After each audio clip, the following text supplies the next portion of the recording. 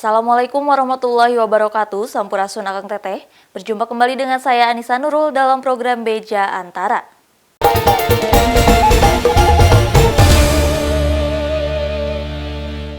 Menteri Pemuda dan Olahraga Zainuddin Amali pada Senin 15 Agustus di Istana Merdeka Jakarta menyampaikan bahwa tidak ada perubahan dalam pembinaan pasukan pengibar bendera pusaka yang kini telah ditangani BPIP. Pihaknya tetap memberikan dukungan dan sama-sama memfasilitasi para anak bangsa yang akan bertugas dalam momen penting tersebut.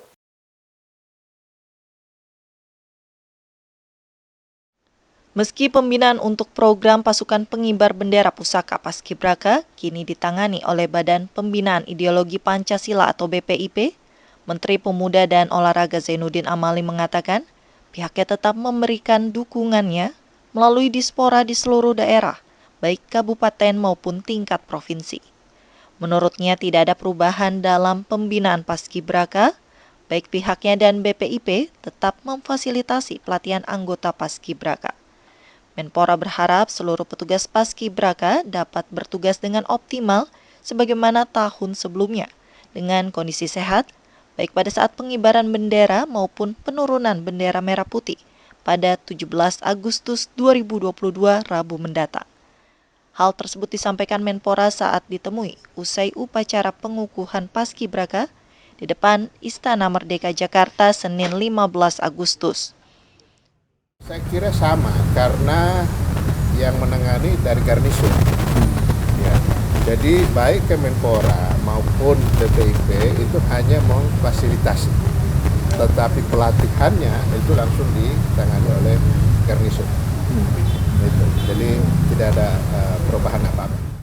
Sebelumnya, Menpora Zainuddin Amali pada Senin sore turut mendampingi Presiden Joko Widodo dan Wakil Presiden Ma'ruf Amin dalam upacara pengukuhan 68 anggota Paskibraka yang bertugas pada upacara peringatan Hari Ulang Tahun ke-77 Kemerdekaan RI. Dari Jakarta, Egan Surya Hartaji, Kantor Berita Antara mewartakan.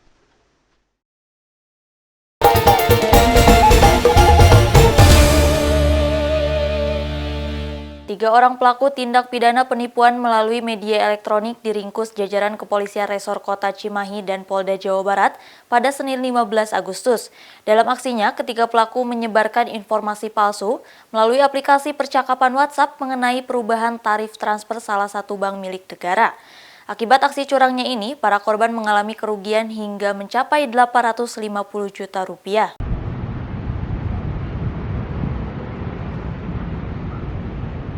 Kepolisian Resor Kota Cimahi dibantu jajaran personel Polda Jawa Barat meringkus 3 orang tersangka pelaku tindak pidana penipuan melalui media elektronik di kawasan Maribaya, Kabupaten Bandung Barat. Ketiga tersangka yakni DM, R, dan A diciduk petugas setelah menguras isi tabungan para nasabah salah satu bank milik negara dengan cara menyebarkan informasi palsu. Melalui aplikasi percakapan WhatsApp, para tersangka membuat jebakan seolah-olah memberi informasi bahwa akan terjadi perubahan tarif transfer antar bank yang seharusnya senilai Rp6.500 menjadi Rp150.000 per bulan.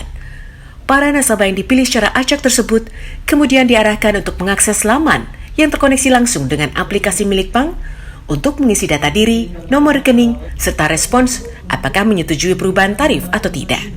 Berbekal data yang telah diisi para nasabah itulah, para pelaku leluasa memasuki akun pribadi nasabah bank dan menguras seluruh isi tabungannya.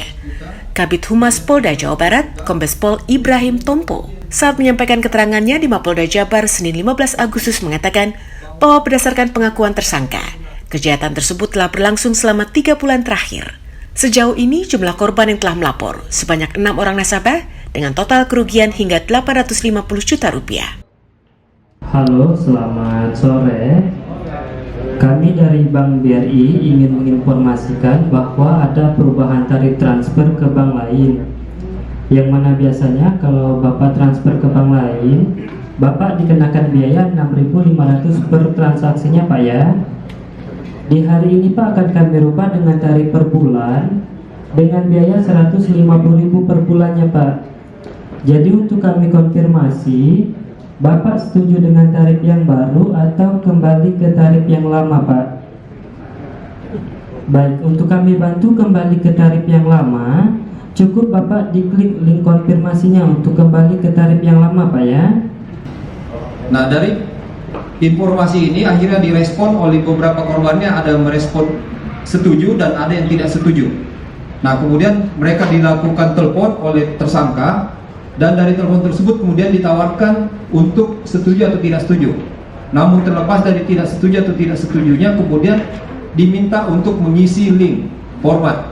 Nah, pada saat mengisi link tersebut itulah akhirnya data-datanya diserap, kemudian nomor rekeningnya semua diserap, akhirnya di situ bisa dihack nomor rekeningnya, dan akhirnya isi dari tabungannya tersebut berkurang.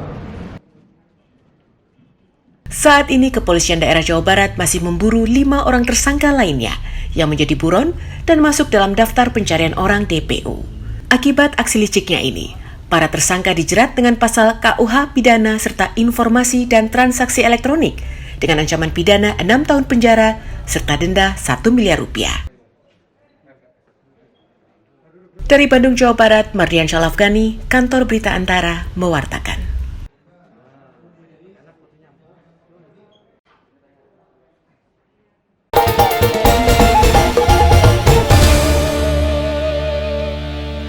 Dalam rangka memperingati Hari Ulang Tahun Republik Indonesia ke-77, Satgas COVID-19 mencatat angka kenaikan kasus COVID-19 masih tinggi. Ketua Bidang Perubahan Perilaku Satgas COVID-19, Sony Hari Harmadi, mengungkapkan kenaikan dan penurunan harus terus dijaga dengan memperhatikan penerapan protokol kesehatan. Dalam rangka menyambut Hari Ulang Tahun Republik Indonesia ke-77, pemerintah melalui Satuan Tugas COVID-19 terus mengingatkan angka kenaikan kasus COVID-19 di Indonesia yang terus mengalami fluktuasi. Hal tersebut disampaikan Ketua Bidang Perubahan Perilaku Satgas COVID-19, Dr. Sony Hari Harmadi dalam talk show yang digelar secara daring di Jakarta, Senin 15 Agustus 2022. Sony menyampaikan penerapan protokol kesehatan di masyarakat pada bulan Juni dan Juli sempat menurun. Dengan begitu, risiko penularan yang lebih tinggi tercermin dari angka positivity rate yang meningkat. Pihaknya mencatat per bulan Juli angka positivity rate COVID-19 cukup tinggi.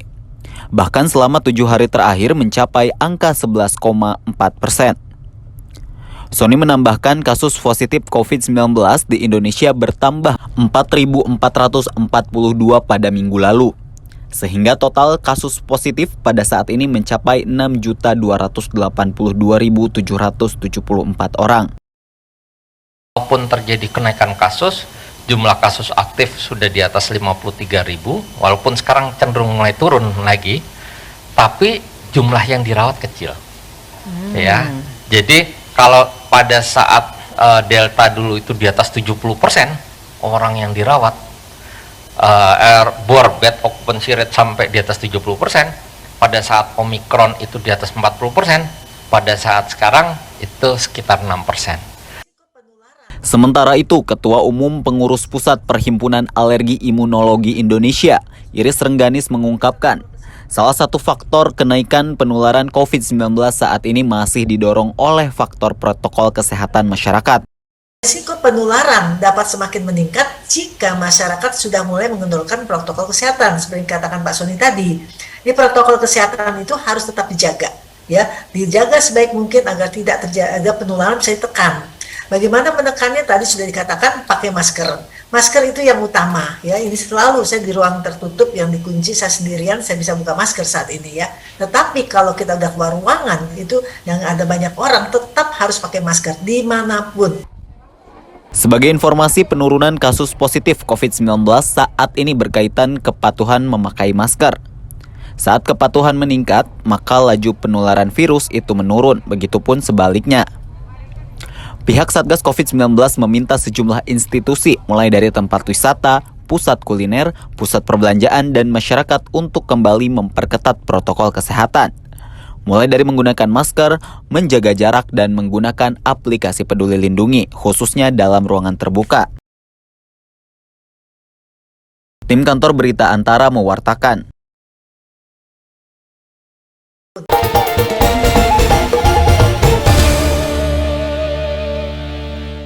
Komnas HAM pada Senin 15 Agustus meninjau rumah dinas Irjen Pol Perdi Sambo di Duren 3, Jakarta Selatan.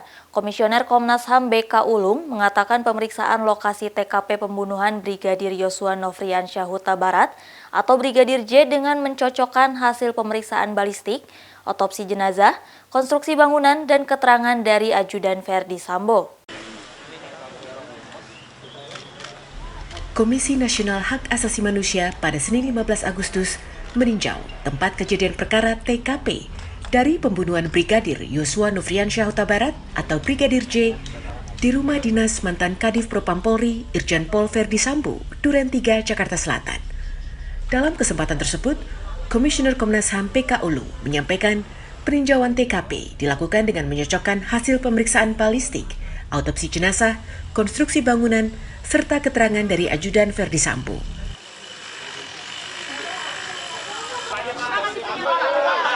Pokoknya semua yang terkait dengan peristiwa yang ada kami cek satu persatu.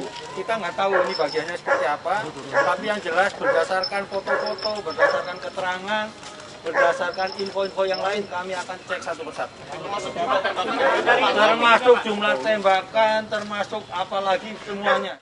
PK Ulum menambahkan, pengecekan juga untuk menentukan ada tidaknya indikasi obstruction of justice atau tindakan yang menghalangi penegakan hukum. Komnas HAM bersama tim Inafis Polri tiba di Kompleks Polisi Duren 3 pada pukul 15.10 WIB. Dari Jakarta, Helmut Timothy, Putri Hanifah, Kantor Berita Antara mewartakan.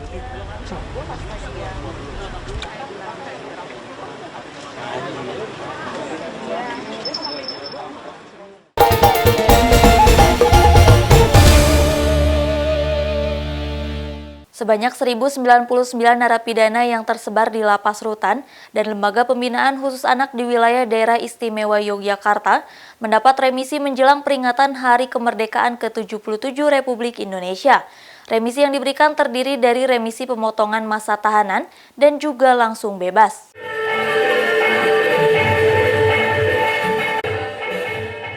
Kementerian Hukum dan HAM melalui Kantor Wilayah Kemenkumham Daerah Istimewa Yogyakarta memberikan remisi umum tahun 2022 menjelang peringatan Hari Kemerdekaan Republik Indonesia pada Senin 15 Agustus. Remisi diberikan kepada 1.099 narapidana yang tersebar di lapas, rutan, dan lembaga pembinaan khusus anak di wilayah DIY.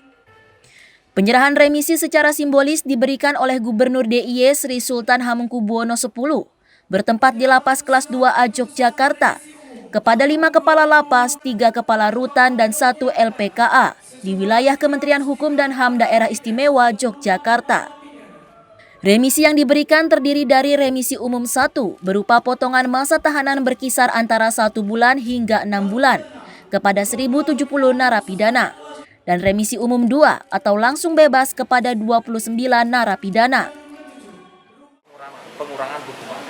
Karena remisi ini bisa diberikan kepada warga binaan yang telah memenuhi syarat administrasi dan sebagainya. Berkelakuan baik, mengikuti program pembinaan dan sebagainya. Itu yang dapat menerima remisi. Yang nanti tanggal 17 itu bisa keluar, kembali ke keluarga.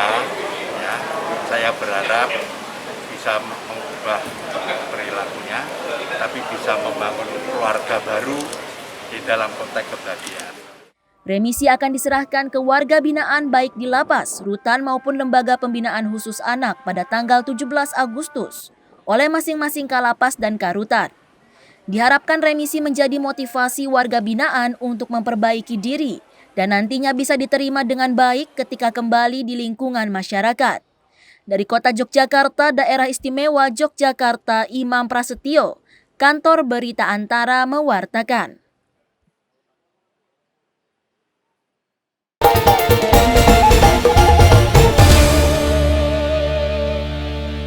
Salah seorang tenaga kesehatan atau oleh warga lokal disebut mantri bernama Uyon Laloda, sejak 15 tahun lalu memberikan pelayanan kesehatan bagi warga di puskesmas, rumah pribadi hingga di atas perahu. Berada di wilayah Pulau Panelo, membuat warga yang sakit dan susah untuk berjalan harus mendapatkan pelayanan dan pemeriksaan kesehatan di atas perahu.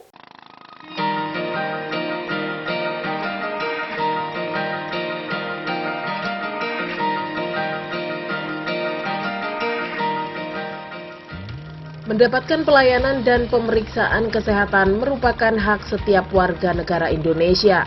Komitmen yang tinggi dari petugas kesehatan sebagai garda terdepan sangat dibutuhkan untuk mewujudkan itu. Tidak hanya di daerah perkotaan, warga daerah tertinggal, terdepan dan terluar atau 3T di Pulau Panelo, Kabupaten Gorontalo Utara, Provinsi Gorontalo, untuk mendapatkan hak yang sama dalam hal layanan kesehatan. Untuk itu, salah seorang tenaga kesehatan atau oleh warga lokal dipanggil mantri bernama Uyon Laloda mengabdikan dirinya untuk melakukan pelayanan kesehatan meskipun harus di laut dan di atas perahu. Saat air laut surut, Uyon memeriksa kesehatan pasien yang tidak dapat berjalan dari pulau dan desa di sekitar Pulau Panelo. Di wilayah ini, akses transportasi utama adalah perahu. Oleh karena itu, jika ada warga yang sudah tidak mampu berjalan jauh dan sulit untuk ke puskesmas, didatangi oleh Uyon Laloda di perahu atau biasa disebut taksi. Pengobatan dilaksanakan di perahu itu pertimbangannya karena memang pasien-pasien yang datang itu tidak bisa berjalan sendiri. Terus kendaraan yang ada di wilayah puskesmas itu tidak ada, Pak. Jadi kami melakukan pengobatan di atas perahu karena mempermudah pasien untuk mengakses kesehatan. Terus jadi semua kami dekatkan ke pasien. Itu juga pasien merasa senang dan puas dengan adanya pelayanan seperti itu. Uyon yang telah melakukan pelayanan kesehatan di atas perahu selama 15 tahun ini menyebut, hampir seluruh pasien yang datang untuk berobat telah terdaftar sebagai peserta BPJS Kesehatan, sehingga membantu masyarakat untuk pelayanan, pemeriksaan, dan pengobatan gratis. Dari Kabupaten Gorontalo Utara, Gorontalo, Adiwinata Solihin, Kantor Berita Antara mewartakan.